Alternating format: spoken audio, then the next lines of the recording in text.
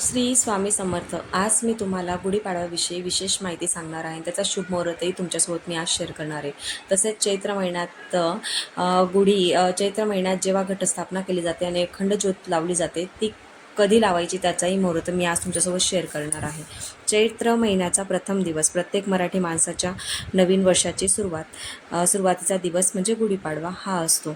हाच तो दिवस ज्या दिवशी प्रभू रामचंद्र रावणावर विजय मिळवून अयोध्यावर परतले आणि हाच तो दिवस जेव्हा ब्रह्मदेवाने सुंदर सृष्टी निर्माण केली. गावाकडे या दिवशी शर्त लागलेली असते की आज कोण लवकर गुढी उभारेल. सकाळी लवकर उठून देवपूजा केली जाते. नंतर दरवाजाला तोरण बांधले जाते आणि दारापुढे रांगोळी काढली जाते.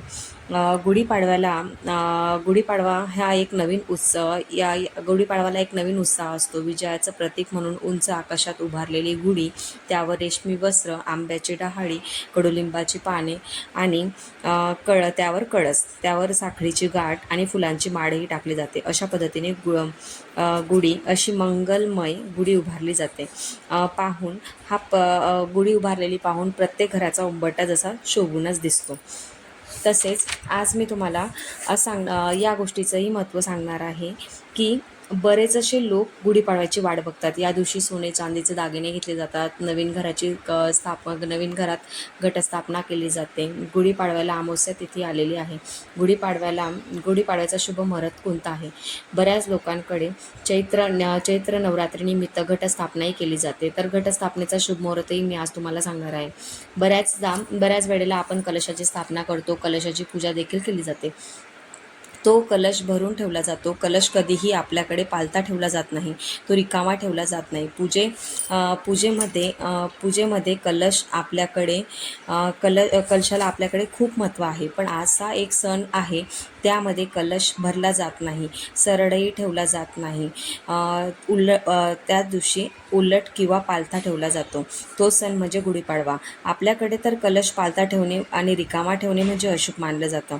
गुढीपाडव्याला वेळूच्या काठीवर पालथा ठेवलेला हा कलश पालथा का ठेवतात याचं मी आज तुम्हाला माहिती सांगणार आहे. गुढीपाडव्याला कलश उलटा ठेवणे म्हणजे जमिनीकडे करतो. जमीन म्हणजे तिच्यात परोपकाराची भावना असते. ती झाडांची मुळं स्वतःकडे घट्ट रोवून ठेवते. आपण या दिवशी जो ब्रह्मध्वज उभारतो म्हणजेच गुढी उभारतो, ती म्हणजेच यशाचे प्रतीक, चांगल्यावर वाईटाचा विजय असं मानलं जातं. त्याचप्रमाणे मनुष्याने देखील कितीही यश मिळाले, तो कितीही मोठा झाला तरीसुद्धा आपले पाय हे जमिनीवरच राहू द्यावेत. या हेतूने ही जमिनीमध्ये जी काही सकारात्मक ऊर्जा आहे ती सकारात्मक ऊर्जा खेचून घेते आणि असा या मांगल्याने भरलेला कलश नेहमी आपल्या वास्तूंमध्ये, घरामध्ये हवा म्हणून गुढीपाडव्याला कलश पालथा हा ठेवला जातो. हे शुभसुद्धा मानले जाते. याचा मुहूर्त काय? घटस्थापनेचा मुहूर्त काय आज मी तुम्हाला सांगणार आहे. तसेच अमावस्या ही 18 मार्च रोजी 8:25 सुरू होत आहे, तर 19 मार्चला गुरुवारी सकाळी 6:56 संपत आहे. म्हणजे गुढी आपण 6:56 नंतरच ज्यावेळी कवडे ऊन असते 8:30 वाजेपर्यंत आपण उभारून घ्यायला पाहिजे. नंतर नैवेद्य दाखवायचा आणि प्रदोष काळात गुढी ही उतरवायची आहे. गुढी ही सकाळी जेवढ्या लवकर उभारता येईल ना तेवढ्या लवकर उभारू शकतो. फक्त अमावस्येच्या वेळेमध्ये म्हणजे 6:56 नंतरच गुढी उभारायची आहे. चैत्र नवरात्रीनिमित्त घटस्थापना बरेचसे लोक करतात. मग अखंड दीप लावायचा असेल तर 19 मार्चला गुरुवार रोजी 6:56 पासून तर 7:43 या मिनिटापर्यंत तुम्ही अखंड दिवा किंवा घटस्थापना करू शकतात. पण कामाच्या गडबडीत तुम्हाला जमत नसेल तर अभिजात मुहूर्त हा 48 मिनिटाचा आहे. म्हणजे 12:05 ते 12:53 तुम्ही घटस्थापना किंवा अखंड दीप हा प्रज्वलित करू शकतात. गुढीपाडवा हा 3.5 मुहूर्तापैकी एक आहे. त्यामुळे तुम्ही त्या दिवशी कुठलंही शुभ काम केलं तरी चालेल. त्या दिवशी तुम्ही नवीन घराची पूजा करू शकतात. नवीन सोने किंवा चांदी दागिने तुम्ही खरेदी करू शकतात आणि अशा पद्धतीने तुम्ही गुढी उभारायची आहे. मी तुम्हाला गुढी उभारण्यासाठी जे साहित्य लागणार आहे तेही मी तुम्हाला या व्हिडिओमध्ये मेन्शन केलं आहे. आणि गुढी उभारण्यासाठी साडी कशा पद्धतीने आपण त्याला हे करू शकतो. कारण की ऐनवेळी ते साडी लावण्यासाठी खूप प्रॉब्लेम्स येत असतात. मग आपण अशा पद्धतीने शिवून ठेवली तर त्या दिवशी आपल्याला काहीही त्रास होणार नाही.